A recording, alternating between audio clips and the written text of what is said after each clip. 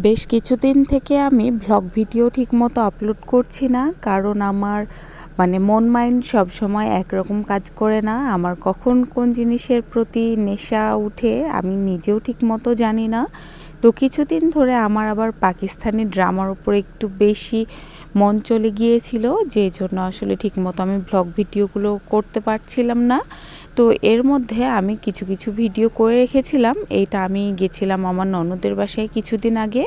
আমার কিন্তু এক্সামও চলছিল, তাই শেষ এক্সামের দিন আমি গিয়েছিলাম যাতে আমি এক্সামটাও ঠিকমতো দিতে পারি, আর আমার যেগুলো কাজ ছিল আমি যাতে খুব তাড়াতাড়ি করতে পারি। তো প্রথমে আমার ননদের বাসায় যেয়ে কিছু হালকা পাতলা নাস্তা করার পরে বের হয়ে গিয়েছিলাম হসপিটালের জন্য। আজকে আমার ছেলেকে আমি ডাক্তার দেখাবো। আমার ছেলের কিছুদিন ধরে কিছু কিছু প্রবলেম হচ্ছিল, যেটার জন্য রাজ্যেই আসবো করে আসলে ঠিকমতো আসতে পারছিলাম না। আর এখানে আমি আমার ছেলের সাথে অনেক খুনসুটি করছিলাম, অনেক মজা করছিলাম। সে তো ভিডিওর সামনে আসতে চায় না, কিন্তু তাকে জোর করে আমি ভিডিওতে নিচ্ছিলাম। এখানে আমরা অনেক মজা করেছিলাম। এর মধ্যে আমাদের কিন্তু সিরিয়াল মিস হয়ে গেছিল, সেটা কিন্তু আমার ভুলের জন্য। তারপরে আবার বাইরে বের হয়ে আমি আচার কিন্তু আগেই দেখেছিলাম, কিন্তু হসপিটালে ঢোকার আগে কিন্তু অনেক ধরনের ভাজাপোড়া খেয়ে নিয়েছিলাম। তারপরে আমি আবার বলেছিলাম যে আমি এসে আচার খাবো। তারপরে আবার ডাক্তার দেখানোর পর বাইরে চলে এসে পেয়ারা মাখা আর কুলের আচার, তেঁতুলের আচার এসব নিয়ে তারপরে আমরা চলে এসেছিলাম একটা গোডাউনে, ব্যাগের গোডাউন। যেহেতু আমার ছেলে এবার ক্লাস 6-এ উঠে গিয়েছে, তার আবার নতুন ব্যাগ লাগবে, তাই একটা গোডাউনে চলে এসেছিলাম। এইখানে এসে অনেকগুলো কালেকশন ছিল, আর সবগুলো কিন্তু অনেক সুন্দর সুন্দর। এটা যেহেতু গোডাউন, তাই অনেক ধরনের ব্যাগ ছিল। তো আমার ছেলের স্কুল ব্যাগ একটা নেওয়ার পরে এখন আমার ছেলের লাগবে স্কুলের জুতা।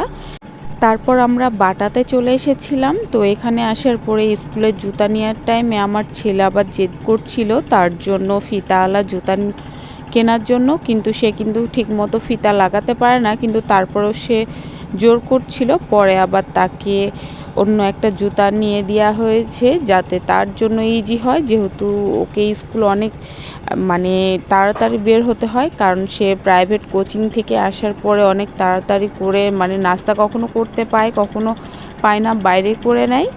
সেজন্য ওর জন্য এই জুতাটাই আমরা বেস্ট মনে করেছিলাম।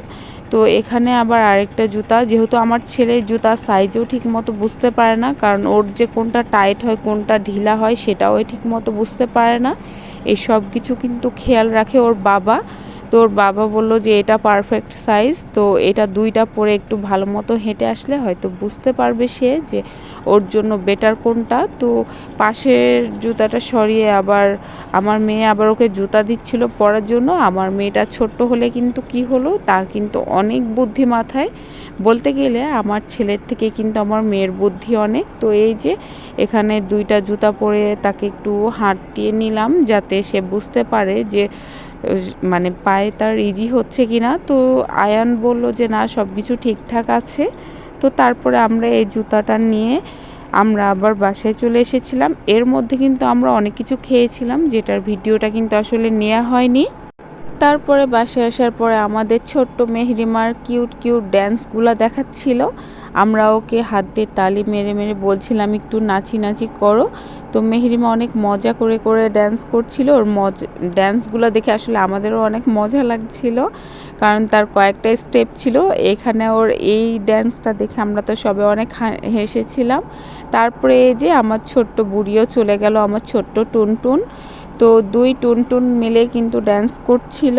তো এটা দেখে কিন্তু আমরা সবাই অনেক বারবার শুধু হাতে তালি দিচ্ছিলাম আর ওদেরকে নাচের জন্য উৎসাহ দিচ্ছিলাম। তারপরে তো রাত হয়ে গেছে, যেহেতু এখানে আবার আমরা অনেক মজার মজার খাবার খাবো আজকে রাতে। তো এখানে হচ্ছে বুদিয়া নিয়ে এসেছিল, এটা আমরা লুচির সাথে খাবো, তাই আমার আবার একটু মিষ্টি পছন্দ, এই জন্য আমার ননদ আবার কিনে নিয়ে এসেছে।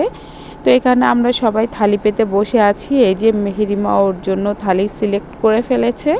তারপরে এই যে ছোট ছোট ফুলকো ফুলকো লুচি দিয়ে আজকে আমরা আলুর দম খাবো।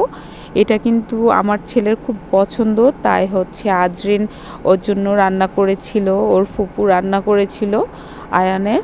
তো আমরা অনেক মজা করে এখানে খেলাম। তো সব শেষে আল্লাহর শুকরিয়া জানাই, আজকের দিনটা আল্লাহর রহমতে ভালোই গিয়েছে।